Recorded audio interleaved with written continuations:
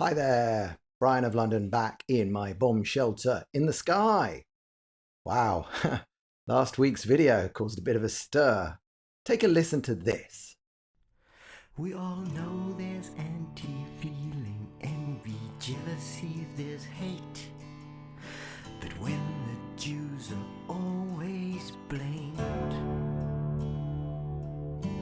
you can't tell the mental health of any society.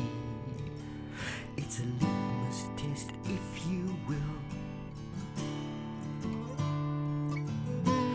There's a new strain of the old lethal virus, morphed like wildfire all around us. Jew hatred mutated to anti-Zionist.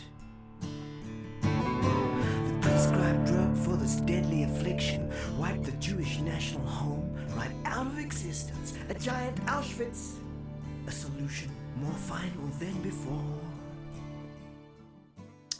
Okay, that was a song I heard a long time ago, and I was reminded of it because after my last video, the one about the schoolgirl, my friend in Finland posted that song in connection with my video.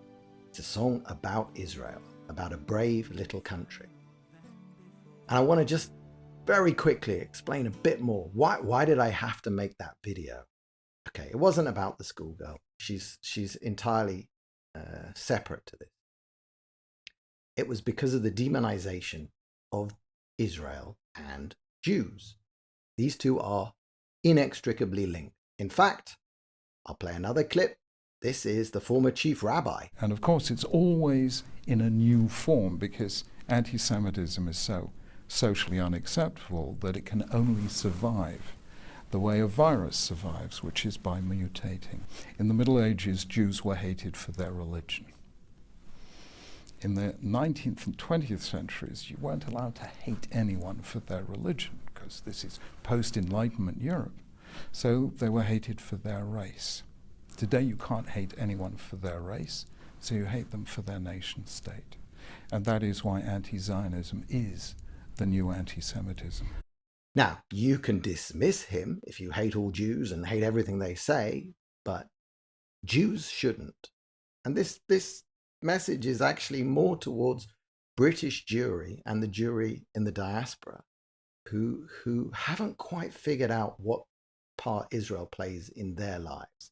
Now, they might regard Israel as a little bit of a thorn in their sides. It's the annoyance. It's the thing that people get upset about that stops them living quietly. Unfortunately, it's going to get worse. It's going to get much worse. Europe is being what Batior called Palestinianized. It is adopting the ideas and the mindset of people who now call themselves Palestinians. And I made this point before, I'll make it again. The Palestinian identity is not a real historical identity.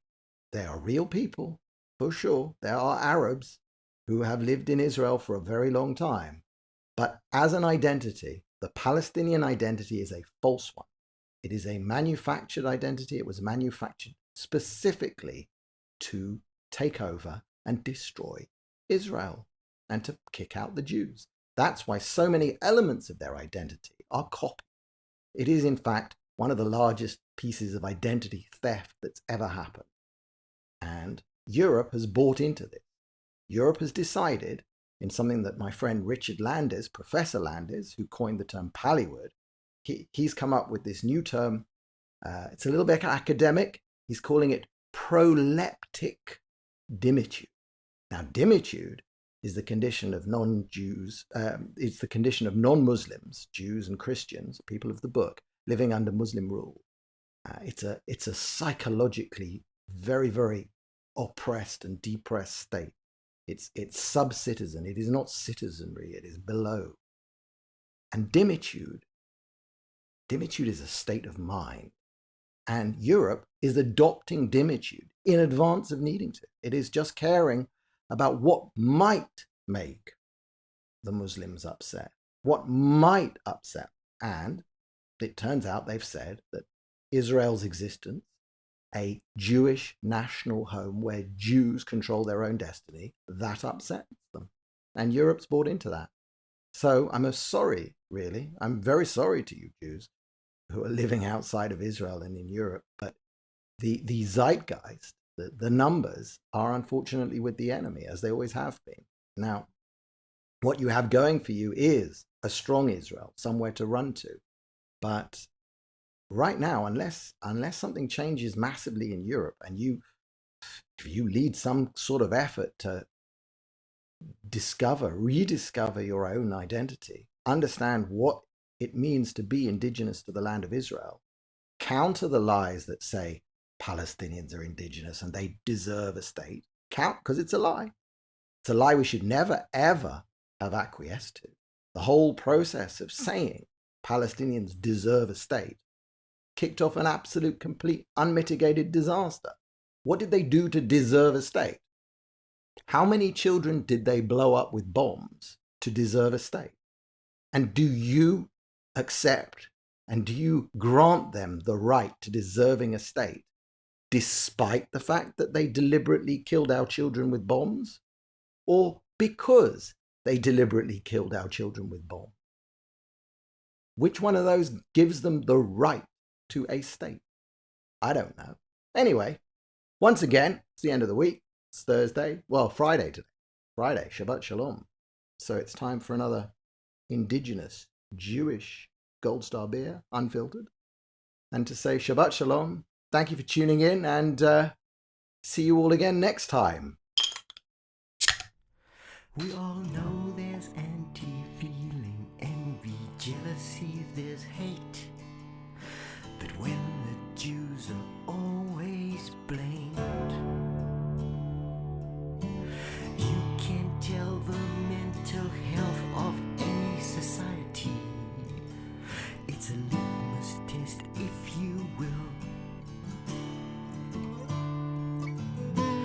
There's a new strain of the old lethal virus, morphed like wildfire all around us. Jew hatred mutated to anti-Zionist. The prescribed drug for this deadly affliction wiped the Jewish national home right out of existence. A giant Auschwitz, a solution more final than before.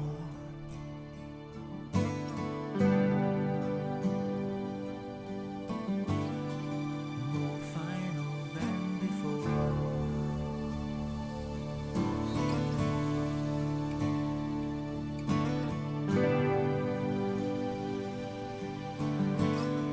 More final than before.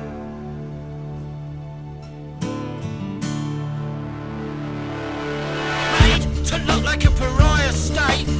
PR bullies paid by sheikhs.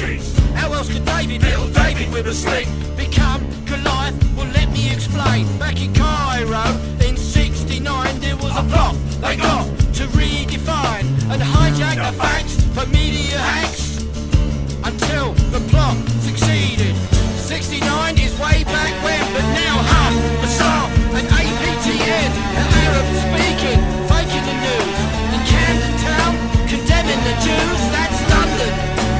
England, the plot succeeded. A new story has now been told, and distortions now being sold. Bully and victim have now swapped their roles, courtesy of the second international conference in support of Arab people. So if the Jews destroy the going insane, and if the Jews are the new Nazis, Jews spread AIDS to Arabs, and yet the Jews drink the blood of those they infect. Sound feasible to you? It's not kosher. It's propaganda, just a distraction, a calculated plan of action. No way else will let to stake their claim to spread more bullshit and then take aim. If truth was really on their side, we'd be hearing more than just a pack of lies. Wailing country, soldiers on.